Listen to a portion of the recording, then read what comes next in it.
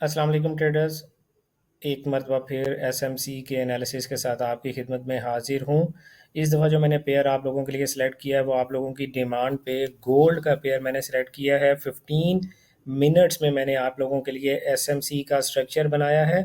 15 minute time frame में इसलिए बनाया है क्योंकि आप लोग जल्दी जल्दी ट्रेडिंग करना पसंद करते हैं। तो शुरू करते हैं अपनी वीडियो को। मिलते हैं एक छोटे से डिस्क्लेमर के बाद, मेरे साथ रहिएगा।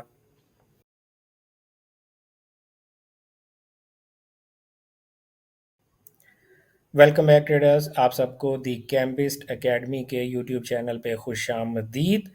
15 मिनट टाइम फ्रेम में गोल्ड का चार्ट है, एसएमसी स्ट्रक्चर आप लोगों के साथ शेयर करने जा रहा हूँ, जिसमें मैं आप लोगों को ये बताऊंगा कि गोल्ड की आगे एक्सपेक्टेड मूव्स क्या हो सकती हैं और हमें गोल्ड में बाय या सेल देखनी चाहिए। कल क्या करना चाहिए हमें।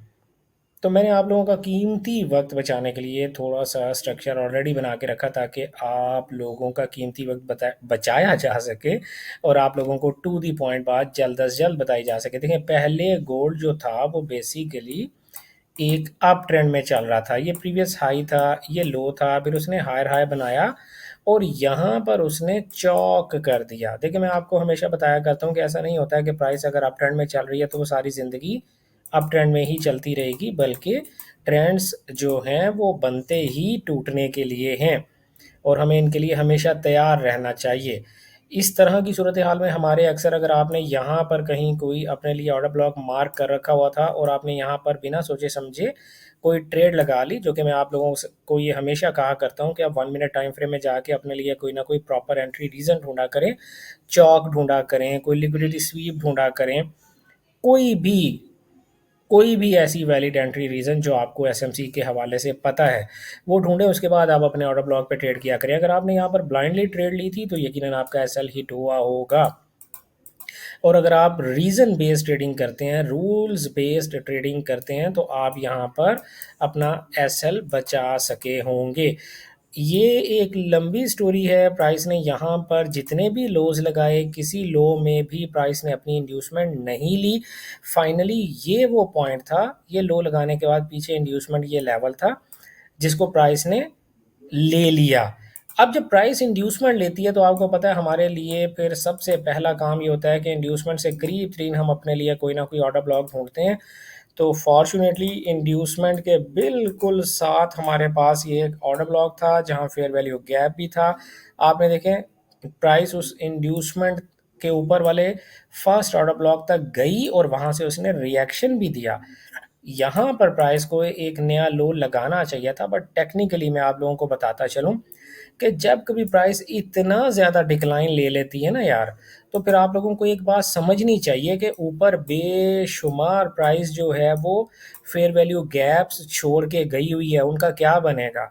ऐसी सूरत हाल में 90% से ज़्यादा चांसेस होते हैं कि प्राइस पहले ऑर्डर ब्लॉक से, जो इंड्यूसमेंट के बाद पहला ऑर्डर ब्लॉक है, वहां से भी आपको कोई नया लोन नहीं देगी, एक बेहतर अपॉर्चुनिटी ट्रेडिंग की नहीं देगी। और इंड्यूसमेंट को अगर स्वीप भी कर लेती है तो एक बेहतर ट्रेडिंग अपॉर्चुनिटी आपको नहीं देगी। 5 to 10% chances are still there, but over 90% chances इसी बात के होते हैं कि प्राइस इस इंड्यूसमेंट को भी ब्रेक करके ऊपर जाएगी और फर्स्ट ऑर्डर ब्लॉक को भी ब्रेक करके ऊपर जाएगी और अपने एक्सट्रीम ऑर्डर ब्लॉक तक लाजमी जाने की कोशिश करेगी। और हमारे इस केस में गोल्ड ने ऐसा ही किया।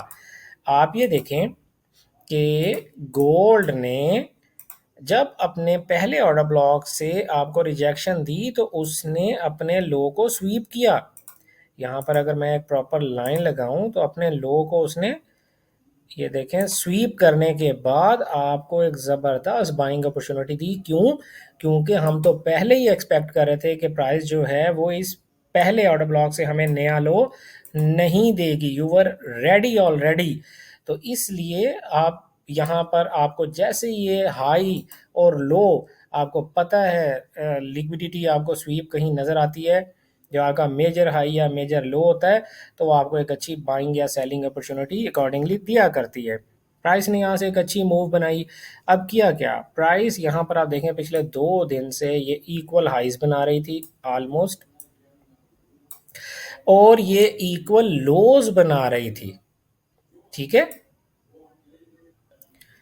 यहाँ पर आप ये देखें कि प्राइस को, आपको पता है यार, अगर आप एक एसएमसी ट्रेडर हैं, आपको पता है कि प्राइस को मूव करने के लिए लिक्विडिटी चाहिए होती है। ये इंड्यूसमेंट और ये ऑर्डर ब्लॉक्स, ये सेकेंडरी थिंग्स होती हैं। प्राइस ने ऊपर जाना है, ऊपर जाने के लिए प्राइस ने, आपने देखें क्या किया, पहले हमेशा वो उसी डायरेक्शन में ब्रेकआउट किया करती है प्राइस जिस डायरेक्शन में उसने जाना होता है। क्यों? क्योंकि ऊपर लोगों के बाय स्टॉप्स लगे होते हैं, रेंज से ऊपर लोगों के बाय स्टॉप्स लगे होते हैं। प्राइस ने बाय स्टॉप्स ट्रिगर किए और प्राइस नीचे ड्रॉप करी, उन लोगों के एसएल लिए, ज़्यादा से ज़्यादा उन्होंने इस लो के नीचे एसएल रखा होगा, और अब आप देख रहे हैं कि प्राइस इस लो से भी नीचे जा रही है। ठीक है, अब वो यहाँ पर नीचे जो लोगों के सेल स्टॉप्स हैं उन्हें भी ट्रिगर करेगी, और यहाँ पर जो लोगों के नीचे स्टॉप लॉसेस लगे हुए हैं उन्हें भी ट्रिगर करेगी। और ऐसी सूरत हाल में आपने ये देखना होता है कि इन सेल स्टॉप्स या आपके स्टॉप लॉसेस से नीचे करीब तरीन आपके पास इंपॉर्टेंट एरिया ऑफ वैल्यू क्या है। तो ऐसी सूरत हाल में इंपॉर्टेंट एरिया ऑफ वैल्यू जो होता है वो आपका कोई करीब तरीन ऑर्डर ब्लॉक होगा या कोई ऑर्डर फ्लो होगा। तो यहाँ पर आप ये देखें कि ये रेड कैंडल आपके लिए एक बेहतरीन इंटरेस्टिंग पॉइंट है, जहाँ पर आप एक बाय एक्सपेक्ट कर सकते हैं कि प्राइस यहाँ से नीचे आएगी, ये पूरा fair value gap price cover करेगी कल के दिन में, और यहाँ पर आकर आपको कोई ना कोई बाइंग अपॉर्चुनिटी दे सकती है।